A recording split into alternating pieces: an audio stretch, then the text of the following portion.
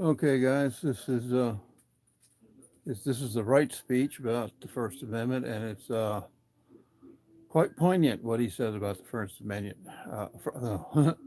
Well, now that I've been recording my voice, I've noticed how much I slur words. Amendment. Here you go, guys, and this is a great speech. Hope you enjoy it. Remarks of the President to the American Newspaper Publishers Association, Waldorf Astoria Hotel, New York City, April 27, 1961.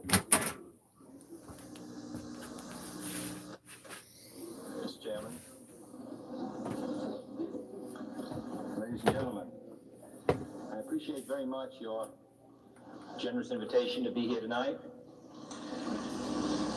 You bear heavy responsibilities these days, and the article I read some time ago reminded me of how particularly heavily the burdens of present-day events bear upon your profession.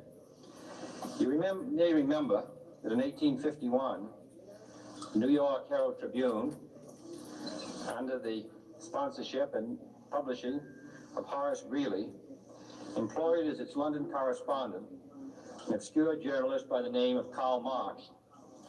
We are told that foreign correspondent Marx, stone broke, and with a family ill and undernourished, constantly appealed to Greeley and managing editor Charles Dana for an increase in his munificent salary of $5 per installment, a salary which he and Ingalls ungratefully labeled as the lousiest petty bourgeois cheating.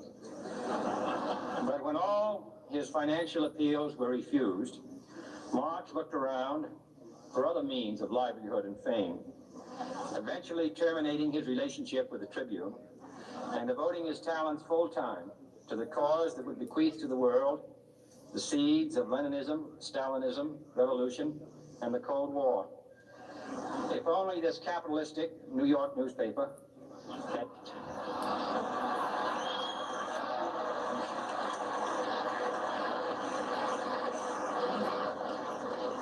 had treated him more kindly, if only Marx had remained a foreign correspondent, history might have been different. And I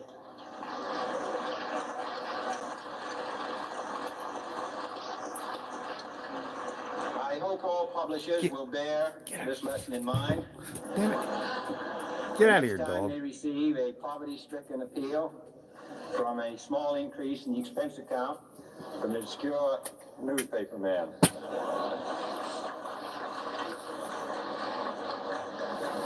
I have selected as the title of my remarks tonight, "The President and the Press."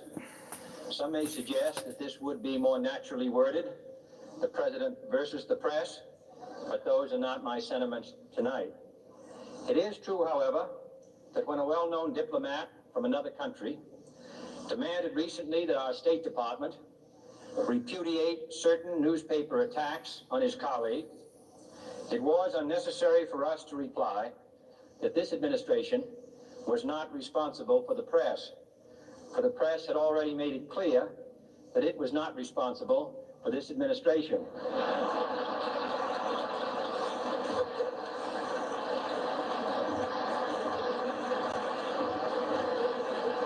Nevertheless, my purpose here tonight is not to deliver the usual assault on the so-called one-party press. On the contrary, in recent months, I have rarely heard any complaints about political bias in the press, except from a few Republicans. Nor is it my purpose tonight to discuss or defend the televising of presidential press conferences. I think it is highly beneficial to have some 20 million Americans regularly sit in on these conferences to observe, if I may say so, the incisive, the intelligent, and the courteous qualities displayed by your Washington correspondents. Nor, finally, are these remarks intended to examine the proper degree of privacy which the press should allow to any president and his family. If in the last few months your White House reporters and photographers have been attending church services with regularity, that has surely done them no harm.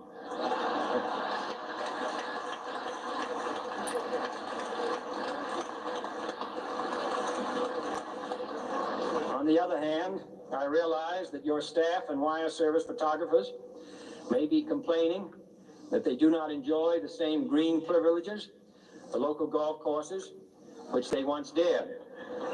It is true that my predecessor did not object, as I do, to pictures of one's golfing skill in action, but neither, on the other hand, did he ever be a Secret Service man. My topic tonight is a more sober one, of concern to publishers as well as editors. I want to talk about our common responsibilities in the face of a common danger. The events of recent weeks may have helped to illuminate that challenge for some, but the dimensions of its threat have loomed large on the horizon for many years.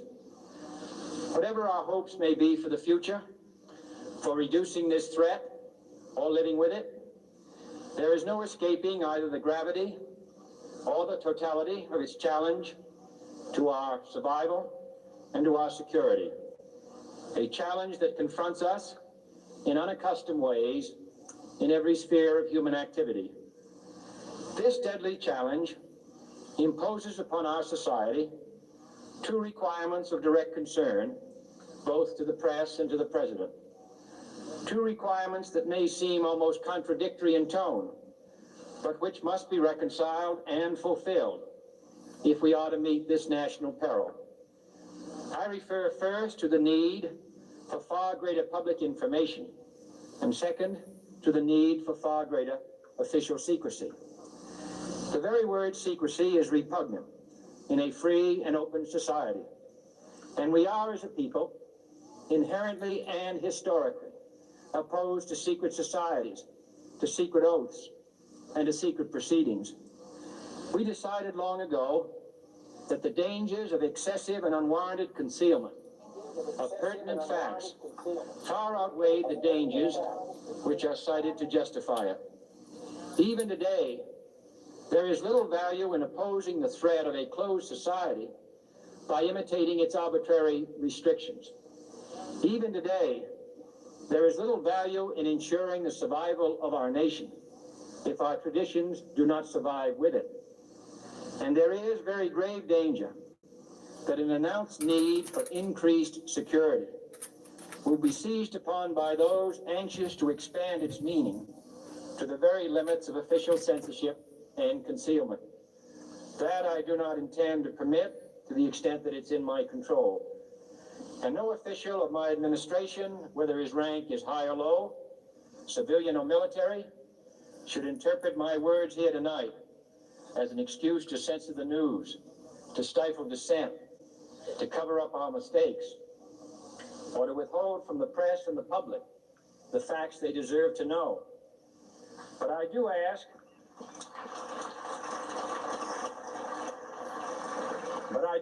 every publisher, every editor, and every newsman in the nation to re-examine his own standards and to recognize the nature of our country's peril.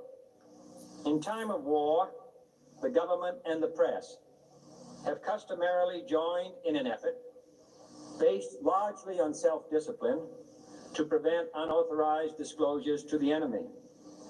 In times of clear and present danger, the courts have held that even the privileged rights of the First Amendment must yield to the public's need for national security. Today, no war has been declared, and however fierce the struggle may be, it may never be declared in the traditional fashion. Our way of life is under attack. Those who make themselves our enemy are advancing around the globe. The survival of our friends is in danger, and yet no war has been declared. No borders have been crossed by marching troops.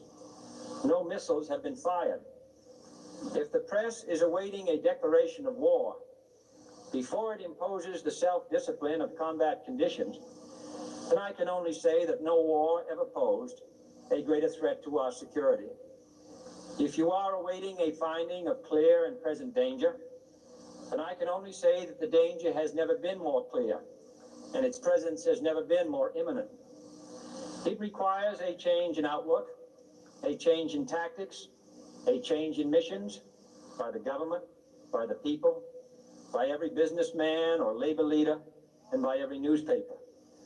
For we are opposed around the world by a monolithic and ruthless conspiracy that relies primarily on covert means for expanding its sphere of influence, on infiltration instead of invasion, on subversion instead of elections, on intimidation instead of free choice, on guerrillas by night instead of armies by day.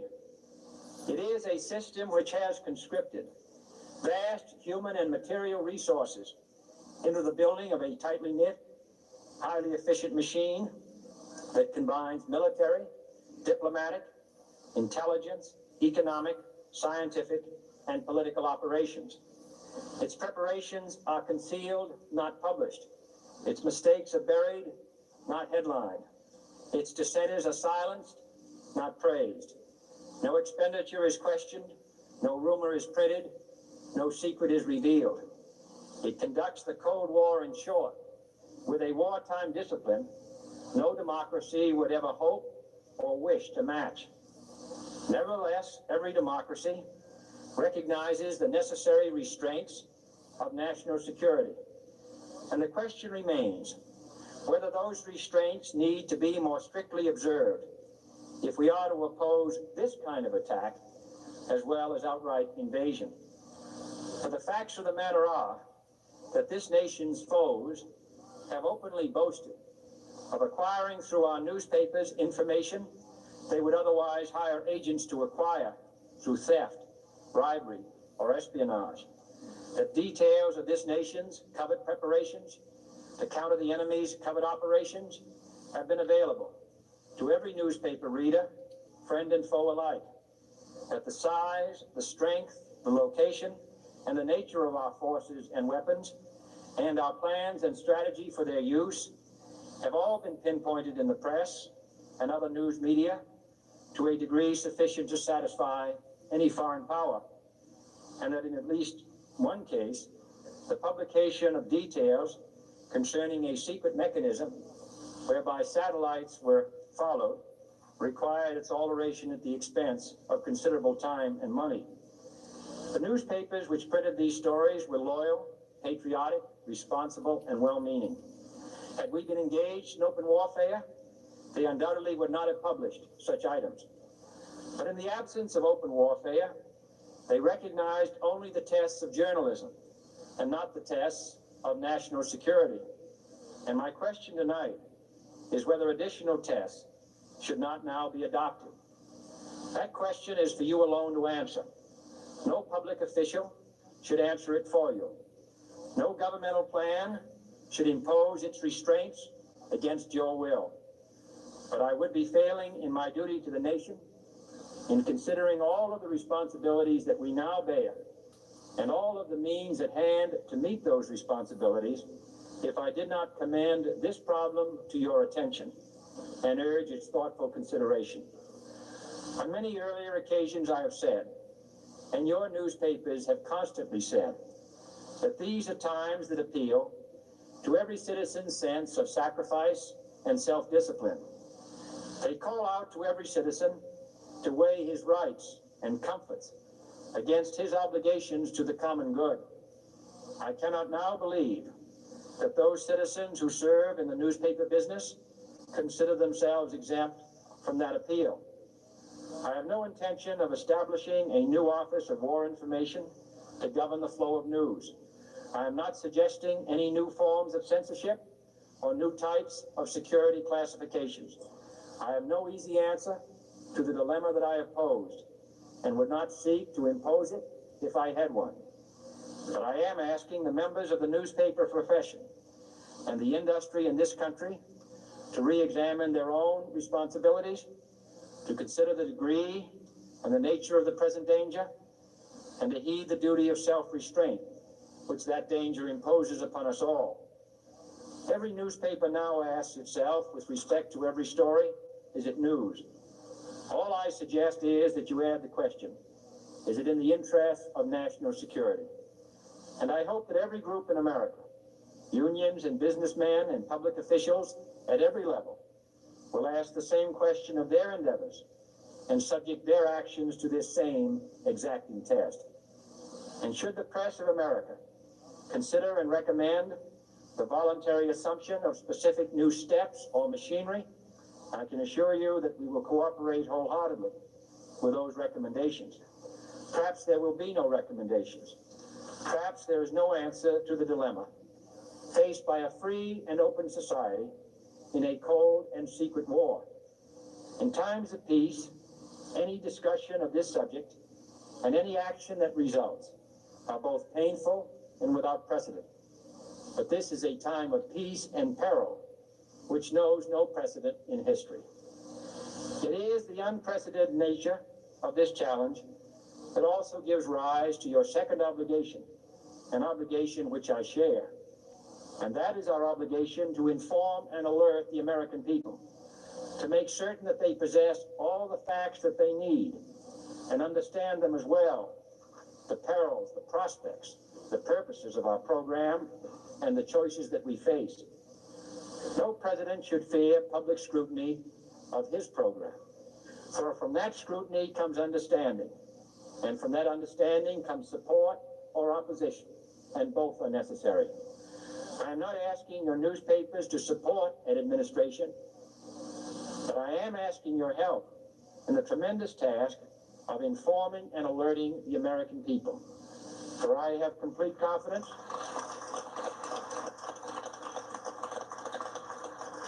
in the response and dedication of our citizens whenever they are fully informed. I not only could not stifle controversy among your readers, I welcome it. This administration intends to be candid about its errors. For as a wise man once said, an error doesn't become a mistake until you refuse to correct it.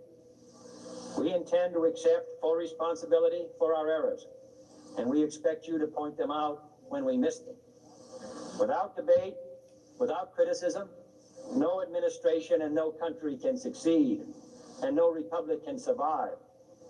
That is why the Athenian lawmaker Solon decreed it a crime for any citizen to shrink from controversy. And that is why our press was protected by the First Amendment, the only business in America specifically protected by the Constitution, not primarily to amuse and entertain, not to emphasize the trivial and the sentimental, not to simply give the public what it wants, but to inform, to arouse, to reflect, to state our dangers and our opportunities, to indicate our crises and our choices, to lead, mold, educate, and sometimes even anger public opinion. This means greater coverage and analysis of international news, for it is no longer far away and foreign, but close at hand and local. It means greater attention to improved understanding of the news, as well as improved transmission. And it means, finally, that government at all levels must meet its obligation to provide you with the fullest possible information outside the narrowest limits of national security, and we intend to do it. It was early in the 17th century that Francis Bacon remarked on three recent inventions already transforming the world: the compass, gunpowder, and the printing press. Now the links between the nations, first forged by the compass, have made us all citizens of the world, the hopes and threats of one becoming the hopes and threats of us all. In that one world's effort to live together, the evolution of gunpowder to its ultimate limit has warned mankind of the terrible consequences of failure. And so it is to the printing press, to the recorder of man's deeds, the keeper of his conscience, the courier of his news, that we look for strength and assistance, confident that with your help, Man will be what he was born to be, free and independent.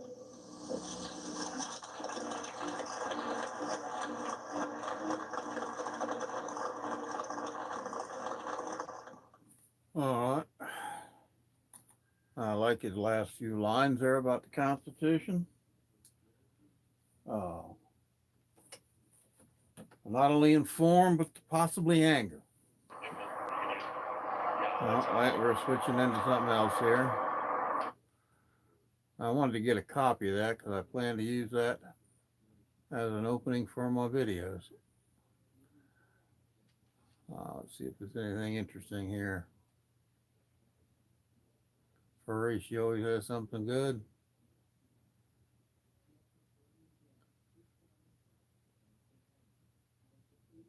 Need to be anything too new.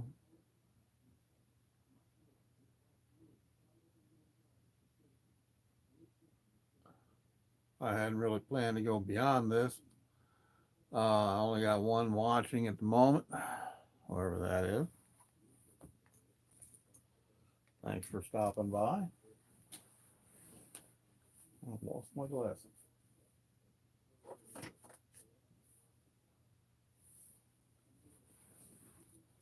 Oh, there they are. Whoever's watching, any questions?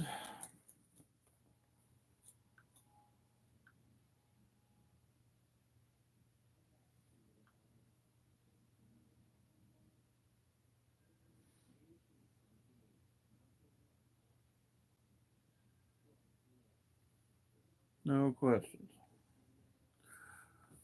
See if I can find any more on this JFK speech.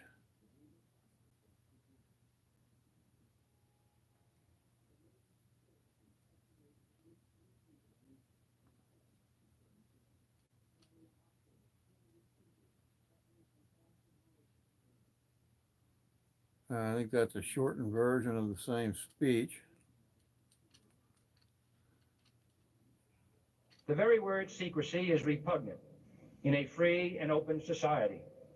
And we are, as a people, inherently and historically opposed to secret societies, to secret oaths, and to secret proceedings. We decided long ago that the dangers of excessive and unwarranted concealment of pertinent facts far outweighed the dangers which are cited to justify it. Even today, there is little value in opposing the threat of a closed society by imitating its arbitrary restrictions. Even today, there is little value in ensuring the survival of our nation if our traditions do not survive with it. And there is very grave danger that an announced need for increased security will be seized upon by those anxious to expand its meaning to the very limits of official censorship and concealment. That I do not intend to permit to the extent that it's in my control.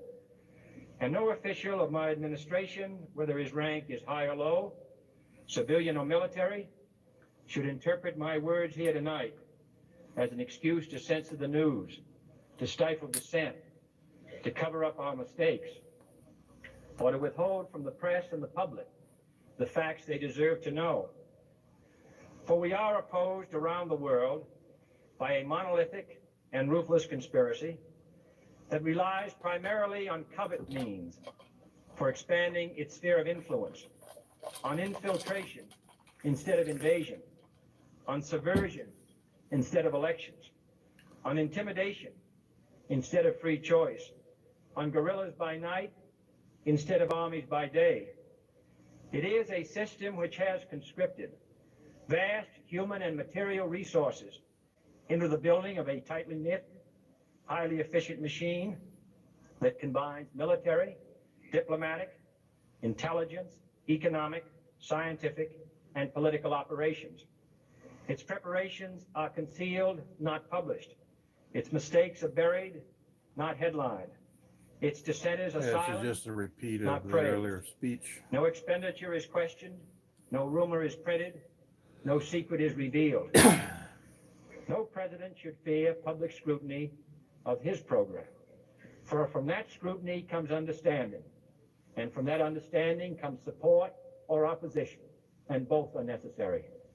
I am not asking your newspapers to support an administration, but I am asking your help in the tremendous task of informing and alerting the American people. For I have complete confidence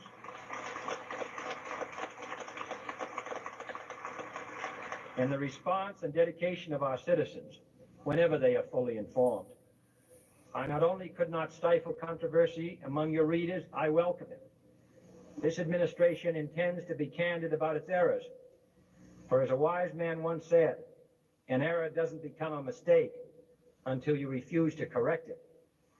We intend to accept full responsibility for our errors, and we expect you to point them out when we miss them. Without debate, without criticism, no administration and no country can succeed, and no republic can survive. That is why the Athenian lawmaker Solon decreed it a crime for any citizen to shrink from controversy.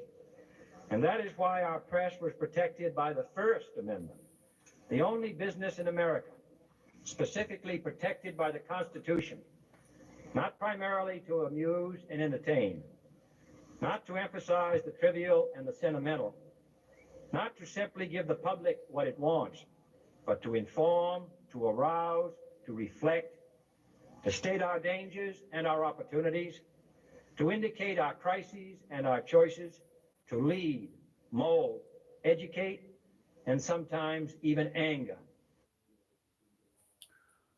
Yep, that's the one I was after. All right, that was it, guys. Unless you have something else you want to look at. I hadn't seen this.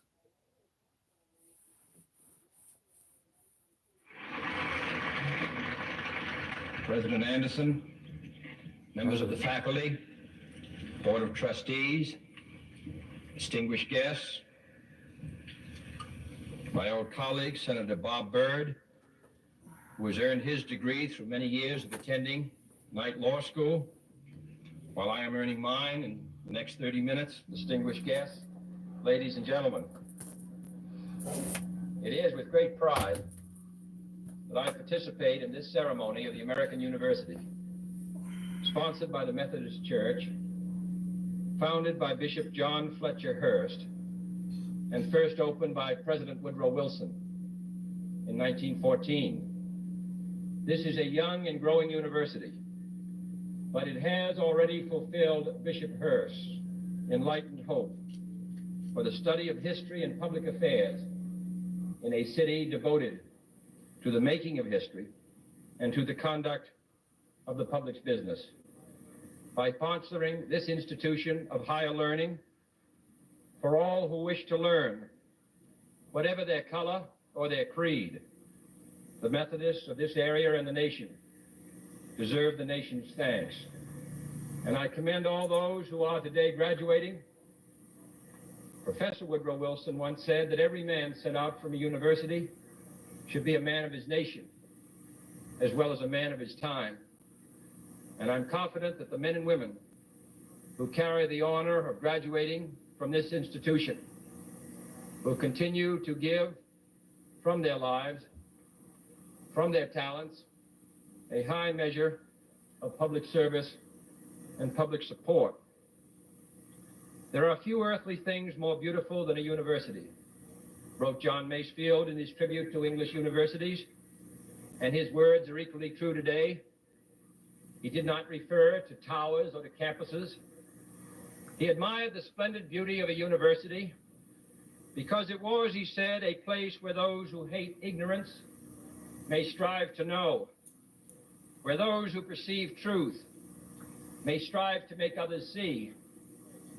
I have therefore chosen this time and place to discuss a topic on which ignorance too often abounds, and the truth too rarely perceived, and that is the most important topic on earth: peace. What kind of a peace do I mean, and what kind of a peace do we seek? Not a Pax Americana, enforced on the world by American weapons of war.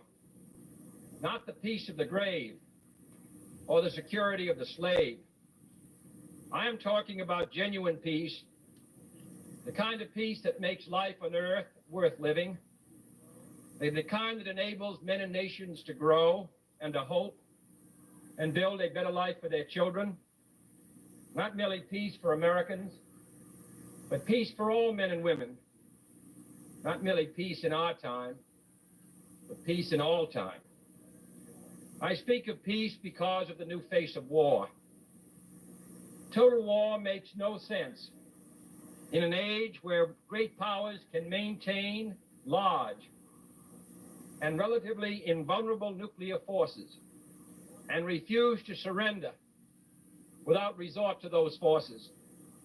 It makes no sense in an age where a single nuclear weapon contains almost 10 times the explosive force delivered by all the Allied air forces in the Second World War. It makes no sense in an age when the deadly poisons produced by a nuclear exchange would be carried by wind and water and soil and seed to the far corners of the globe and to generations yet unborn.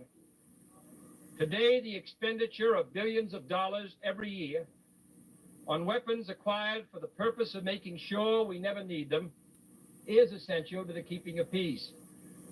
But surely the acquisition of such idle stockpiles, which can only destroy and never create, is not the only, much less the most efficient, means of assuring peace. I speak of peace, therefore, as the necessary, rational end of rational men.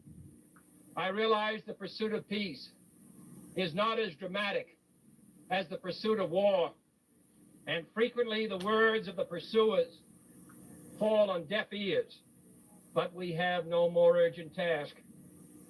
Some say that it is useless to speak of peace, or world law, or world disarmament, and that it will be useless until the leaders of the Soviet Union adopt a more enlightened attitude. I hope they do. I believe we can help them do it. But I also believe that we must re-examine our own attitudes as individuals and as a nation. For our attitude is as essential as theirs. And every graduate of this school, every thoughtful citizen who despairs of war and wishes to bring peace should begin by looking inward, by examining his own attitude towards the possibilities of peace, towards the Soviet Union, towards the course of the Cold War, and towards freedom and peace here at home. First, examine our attitude towards peace itself. Too many of us think it is impossible. Too many think it is unreal. But that is a dangerous, defeatist belief. It leads to the conclusion that war is inevitable, that mankind is doomed, that we are gripped by forces we cannot control. We need not accept that view. Our problems are man-made. Therefore, they can be solved by man, and man can be as big as he wants. No problem of human destiny is beyond human beings. Man's reason and spirit have often solved the seemingly unsolvable, and we believe they can do it again. I am not referring to the absolute, infinite concept of universal peace and goodwill, of which some fantasies and fanatics dream. I do not deny the value of hopes and dreams, but we merely invite discouragement and incredulity by making that our only and immediate goal. Let us focus instead on a more practical, more attainable peace, based not on a sudden revolution in human nature, but on a gradual evolution in human institutions, on a series of concrete actions and effective agreements which are in the interests of all concerned. There is no single simple key to this peace, no grand or magic formula to be adopted by one or two powers. Genuine peace must be the product of many nations, the sum of many acts. It must be dynamic not static, changing to meet the challenge of each new generation. For peace is a process, a way of solving problems. With such a peace, there will still be quarrels and conflicting interests, as there are within families and nations. World peace, like community peace, does not require that each man love his neighbor. It requires only that they live together in mutual tolerance, submitting their disputes to a just and peaceful settlement. And history teaches us that enmities between nations, as between individuals, do not last forever. However fixed our likes and dislikes may seem, the tide of time and events will often bring surprising changes in the relations between nations and neighbors. So let us persevere. Peace need not be impractical, and war need not be inevitable. By defining our goal more clearly, by making it seem more manageable and less remote, we can help all people to see it, to draw hope from it, and to move irresistibly towards it. And second, let us re-examine our attitude towards the Soviet Union. It is discouraging to think that their leaders may actually believe what their propagandists write. It is discouraging to read a recent authoritative Soviet text on military strategy and find on page after page wholly baseless and incredible claims, such as the allegation that American imperialist circles are preparing to unleash different types of war, that there is a very real threat of a preventative war being unleashed by American imperialists against the Soviet Union, and that the political aims, and I quote, of the American imperialists are to enslave economically and politically the European and other capitalist countries and to achieve world domination by means of aggressive war, unquote. Truly, as it was written long ago, the wicked flee when no man pursueth. Yet it is sad to read these Soviet statements, to realize the extent of the gulf between us. But it is also a warning to the American people not to fall into the same trap as the Soviets, not to see only a distorted and desperate view of the other side, not to see conflict as inevitable, accommodation as impossible, and communication as nothing more than an exchange of threats. No government or social system is so evil that its people must be considered as lacking in virtue. As Americans, we find communism profoundly repugnant as a negation of personal freedom and dignity. But we can still hail the Russian people for their many achievements in science and space, in economic and industrial growth, in culture, in acts of courage. Among the many traits the peoples of our two countries have in common, none is stronger than our mutual abhorrence of war. Almost unique among the major world powers, we have never been at war with each other, and no nation in the history of battle ever suffered more than the Soviet Union in the Second World War. At least 20 million lost their lives. Countless millions of homes and families were burned or sacked. A third of the nation's territory, including 2/3 of its industrial base, was turned into a wasteland, a loss equivalent to the destruction of this country east of Chicago. Today, should total war ever break out again, no matter how, our two countries will be the primary target. It is an ironic but accurate fact that the two strongest powers are the two in the most danger of devastation. All we have built, all we have worked for, would be destroyed in the first 24 hours.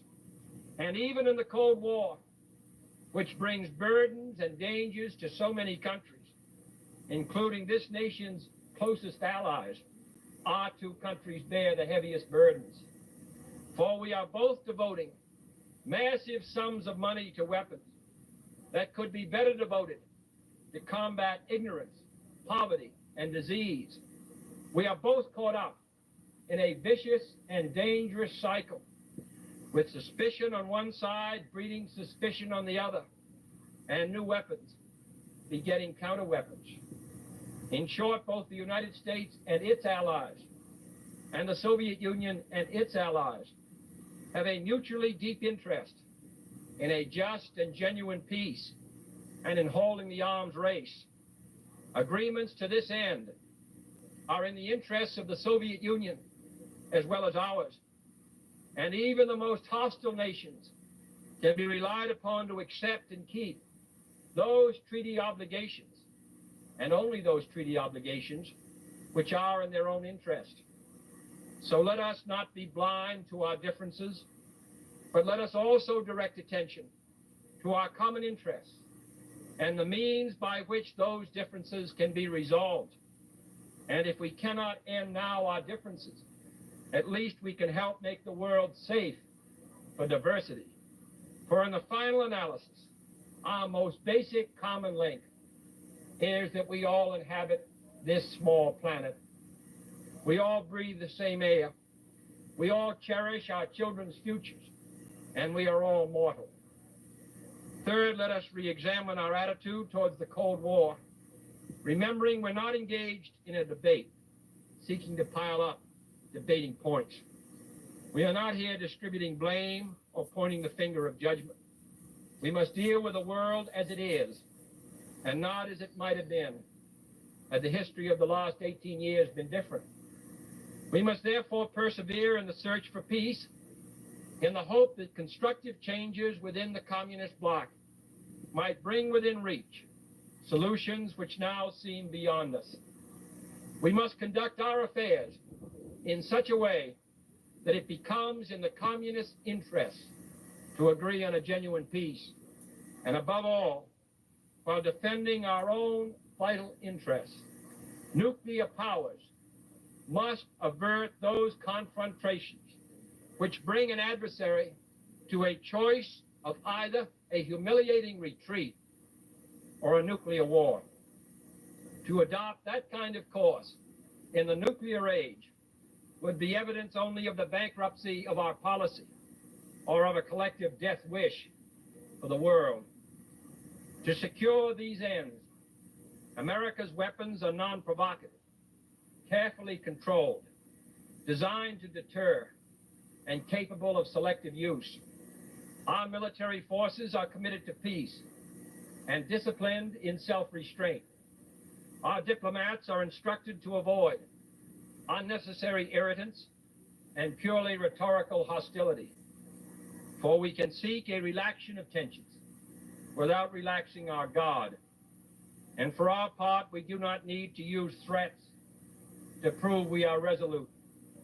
We do not need to jam foreign broadcasts out of fear our faith will be eroded.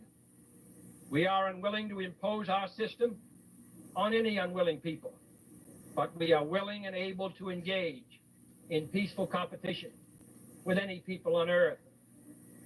Meanwhile, we seek to strengthen the United Nations, to help solve its financial problems, to make it a more effective instrument for peace, to develop it into a genuine world security system, a system capable of resolving disputes on the basis of law, of ensuring the security of the large and the small, and of creating conditions under which arms can finally be abolished. At the same time, we seek to keep peace inside the non-communist world, where many nations, all of them our friends, are divided over issues which weaken Western unity, which invite communist intervention, or which threaten to erupt into war. Our efforts in West New Guinea, in the Congo, in the Middle East, and the Indian subcontinent have been persistent and patient, despite criticism from both sides. We have also tried to set an example for others by seeking to adjust small but significant differences with our own closest neighbors in Mexico and Canada. Speaking of other nations, I wish to make one point clear. We are bound to many nations by alliances. These alliances exist because our concern and theirs substantially overlap. Our commitment to defend Western Europe and West Berlin, for example, stands undiminished because of the identity of our vital interests. The United States will make no deal with the Soviet Union at the expense of other nations and other peoples, not merely because they are our partners, but also because their interests and ours converge. Our interests converge, however, not only in defending the frontiers of freedom, but in pursuing the paths of peace. It is our hope and the purpose of Allied policy to convince the Soviet Union that she too should let each nation choose its own future, so long as that choice does not interfere with the choices of others. The communist drive to impose their political and economic system on others is the primary cause of world tension today. For there can be no doubt that if all nations could refrain from interfering in the self-determination of others, the peace would be much more assured. This will require a new effort to achieve world law, a new context for world discussions. It will require increased understanding between the Soviets and ourselves. An increased understanding will require increased contact and communication. One step in this direction is the proposed arrangement for a direct line between Moscow and Washington to avoid on each side the dangerous delays, misunderstandings, and misreadings of others' actions which might occur at a time of crisis. We have also been talking in Geneva about our first step measures of arms controls, designed to limit the intensity of the arms race and reduce the risk of accidental war. Our primary long-range interest in Geneva, however, is general and complete disarmament, designed to take place by stages, permitting parallel political developments to build the new institutions of peace, which would take the place of arms. The pursuit of disarmament has been an effort of this government since the 1920s. It has been urgently sought by the past 3 administrations. And however dim the prospects are today, we intend to continue this effort, to continue it in order that all countries, including our own, can better grasp what the problems and the possibilities of disarmament are. The only major area of these negotiations where the end is in sight, yet where a fresh start is badly needed, is in a treaty to outlaw nuclear tests. The conclusion of such a treaty, so near and yet so far, would check the spiraling arms race in one of its most dangerous areas. It would place the nuclear powers in a position to deal more effectively with one of the greatest hazards which man faces in 1963, the further spread of nuclear arms. It would increase our security. It would decrease the prospects of war. Surely this goal is sufficiently important to require our steady pursuit, yielding neither to the temptation to give up the whole effort, nor the temptation to give up our insistence on vital and responsible safeguards. I'm taking this opportunity, therefore, to announce 2 important decisions in this regard. First, Chairman Khrushchev, Prime Minister Macmillan, and I have agreed that high-level discussions will shortly begin in Moscow, looking towards early agreement on a comprehensive test ban treaty. Our hope must be tempered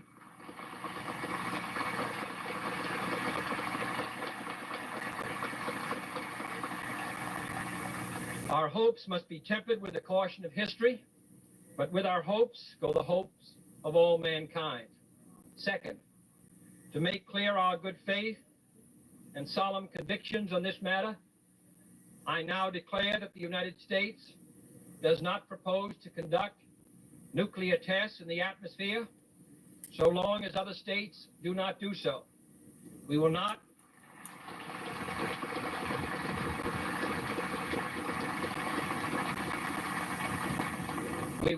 be the first to resume. Such a declaration is no substitute for a formal binding treaty, but I hope it will help us achieve one. Nor would such a treaty be a substitute for disarmament, but I hope it will help us achieve it.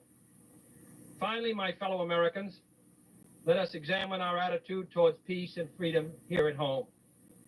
The quality and spirit of our own society must justify and support our efforts abroad.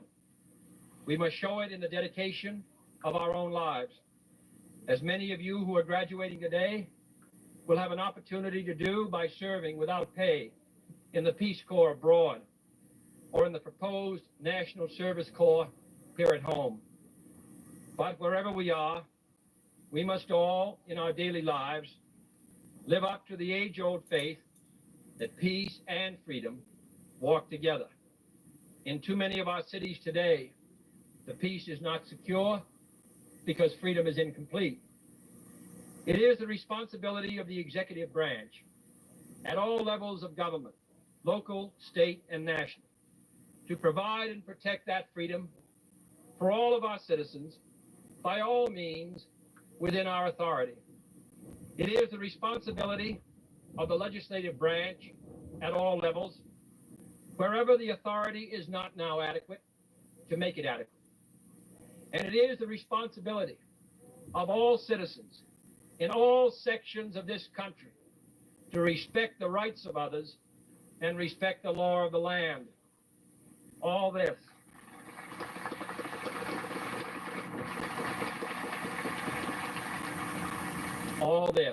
is not unrelated to world peace. When a man's way please the Lord, the scriptures tell us, he maketh even his enemies to be at peace with him. And is not peace, in the last analysis, basically a matter of human rights? The right to live out our lives without fear of devastation, the right to breathe air as nature provided it, the right of future generations to a healthy existence. While we proceed to safeguard our national interests, let us also safeguard human interests. And the elimination of war and arms is clearly in the interests of both. No treaty, however much it may be to the advantage of all, however tightly it may be worded, can provide absolute security against the risks of deception and evasion. But it can, if it is sufficiently effective in its enforcement, and it is sufficiently in the interest of its signers, offer far more security and far fewer risks than an unabated, uncontrolled, unpredictable arms race. The United States, as the world knows, will never start a war. We do not want a war. We do not now expect a war. This generation of Americans has already had enough, more than enough, of war and hate and oppression.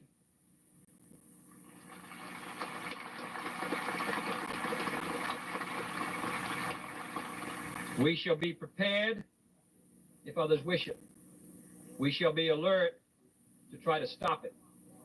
But we shall also do our part to build a world of peace where the weak are safe and the strong are just. We are not helpless before that task or hopeless of its success. Confident and unafraid, we must labor on, not towards a strategy of annihilation, but towards a strategy of peace.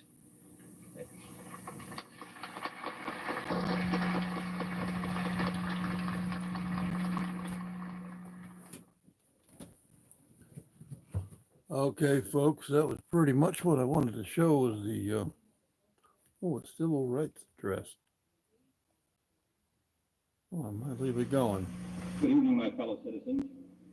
This afternoon, following a series of threats and defiant statements, the President of Alabama National Guardsmen was required on the University of Alabama to carry out the final and unequivocal order of the United States District Court of the Northern District of Alabama. That order called for the admission of two clearly qualified young Alabama residents who happened to have been born Negro, that they were admitted peacefully on the campus is due in good measure to the conduct of the students of the University of Alabama who met their responsibilities in a constructive way. I hope that every American, regardless of where he lives, will stop and examine his conscience about this and other related incidents. This nation was founded by men of many nations and backgrounds. It was founded on the principle that all men are created equal, and that the rights of every man are diminished when the rights of one man are threatened. Today we are committed to a worldwide struggle to promote and protect the rights of all who wish to be free. And when Americans are sent to Vietnam or West Berlin, we do not ask for whites only. It ought to be possible, therefore, for American students of any color to attend any public institution they select without having to be backed up by troops. It ought to be possible for American consumers of any color to receive equal service in places of public accommodation, such as hotels and restaurants and theaters and retail stores, without being forced to resort to demonstrations in the street. And it ought to be possible for American citizens of any color to register and to vote in a free election without interference or fear of reprisal. It ought to be possible, in short, for every American to enjoy the privileges of being American without regard to his race or his color. In short, every American ought to have the right to be treated as he would wish to be treated, as one would wish his children to be treated. But this is not the case. The Negro baby born in America today, regardless of the section of the state in which he is born, has about one-half as much chance of completing a high school as a white baby, born in the same place on the same day. 1/3 as much chance of completing college. 1/3 as much chance of becoming a professional man. Twice as much chance of becoming unemployed. About 1/7 as much chance of earning $10,000 a year. A life expectancy which is 7 years shorter, and the prospects of earning only half as much. This is not a sectional issue. Difficulties over segregation and discrimination exist in every city, in every state of the Union, producing in many cities a rising tide of discontent that threatens the public safety. Nor is this a partisan issue. In a time of domestic crisis, men of goodwill and generosity should be able to unite regardless of party or politics. This is not even a legal or legislative issue alone. It is better to settle these matters in the courts than on the streets, and new laws are needed at every level. But law alone cannot make men see right. We are confronted primarily with a moral issue. It is as old as the Scriptures and is as clear as the American Constitution. The heart of the question is whether all Americans are to be afforded equal rights and equal opportunities. Whether we are going to treat our fellow Americans as we want to be treated.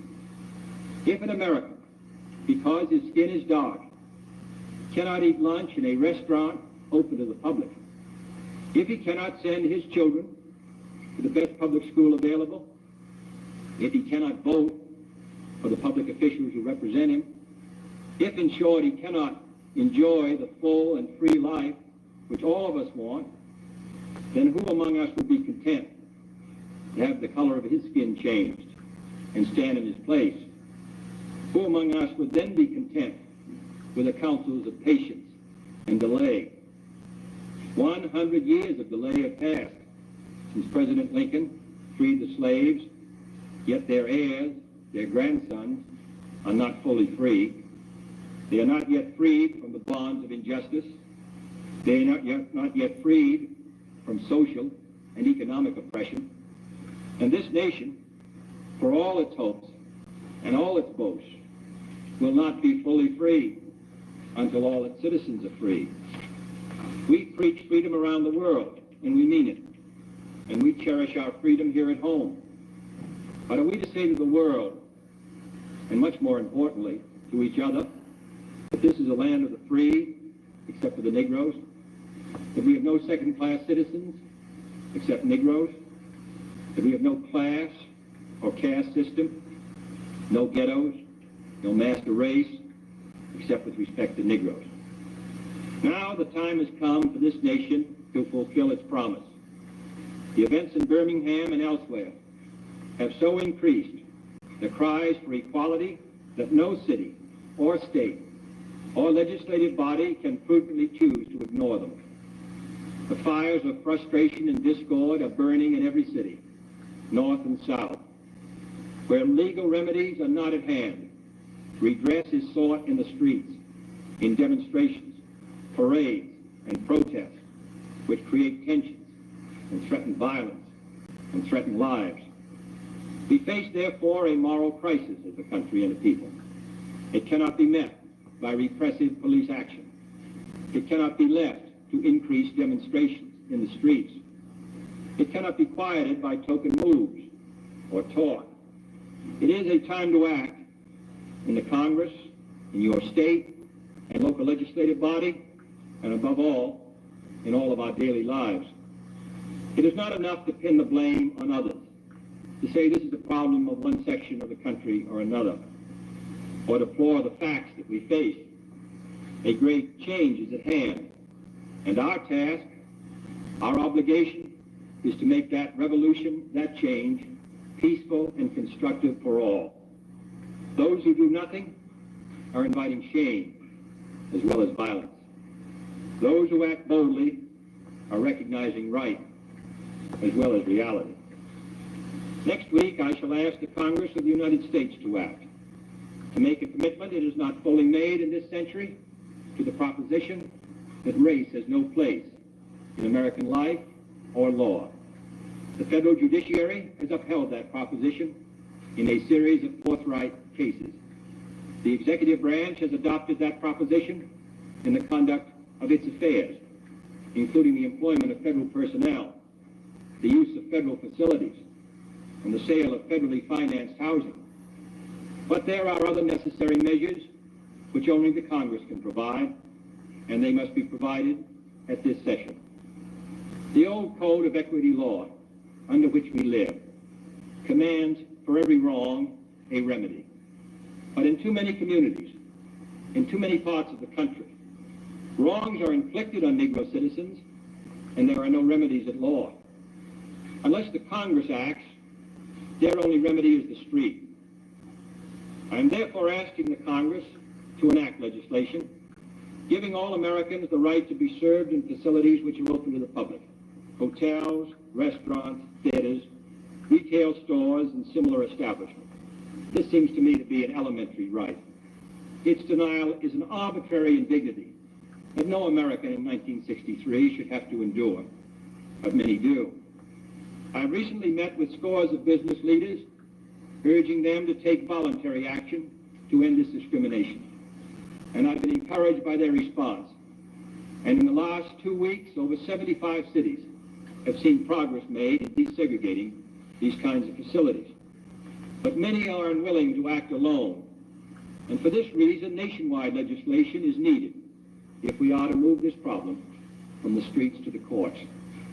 I'm also asking Congress to authorize the federal government to participate more fully in lawsuits designed to end segregation in public education. We have succeeded in persuading many districts to desegregate voluntarily. Dozens have admitted Negroes without violence. Today, a Negro is attending a state-supported institution in every one of our 50 states. But the pace is very slow. Too many Negro children entering segregated grade schools at the time of the Supreme Court's decision 9 years ago will enter segregated high schools this fall, having suffered a loss which can never be restored. The lack of an adequate education denies the Negro a chance to get a decent job. The orderly implementation of the Supreme Court decision, therefore, cannot be left solely to those who may not have the economic resources to carry the legal action, or who may be subject to harassment. Other features will be also requested, including greater protection for the right to vote, But legislation, I repeat, cannot solve this problem alone. It must be solved in the homes of every American, in every community across our country. In this respect, I want to pay tribute to those citizens north and south who've been working in their communities to make life better for all. They are acting not out of a sense of legal duty, but out of a sense of human decency. Like our soldiers and sailors in all parts of the world, they are meeting freedom's challenge on the firing line, and I salute them for their honor and their courage. My fellow Americans, this is a problem which faces us all, in every city of the North as well as the South. Today, there are Negroes unemployed 2 or 3 times as many compared to whites. Inadequate education, moving into the large cities, unable to find work, young people particularly out of work without hope, denied equal rights, denied the opportunity to eat at a restaurant or a lunch counter or go to a movie theater, denied the right to a decent education, denied almost today the right to attend a state university even though qualified. Seems to me that these are matters which concern us all, not merely presidents or congressmen or governors, but every citizen of the United States. This is one country. It has become one country because all of us and all the people who came here had an equal chance to develop their talents. We cannot say to 10% of the population that you can't have that right, that your children can't have the chance to develop whatever talents they have, that the only way that they are going to get their rights is to go in the street and demonstrate. I think we owe them and we owe ourselves a better country than that. Therefore, I'm asking for your help in making it easier for us to move ahead and to provide the kind of equality of treatment which we would want ourselves. To give a chance for every child to be educated to the limit of his talent. As I've said before, not every child has an equal talent or an equal ability or equal motivation, but they should have the equal right to develop their talent and their ability and their motivation to make something of themselves. We have a right to expect that the Negro community will be responsible, will uphold the law, but they have a right to expect that the law will be fair, that the Constitution will be colorblind, as Justice Harlan said at the turn of the century. This is what we're talking about, and this is a matter which concerns this country and what it stands for. And in meeting it, I ask the support of all of our citizens. Thank you very much.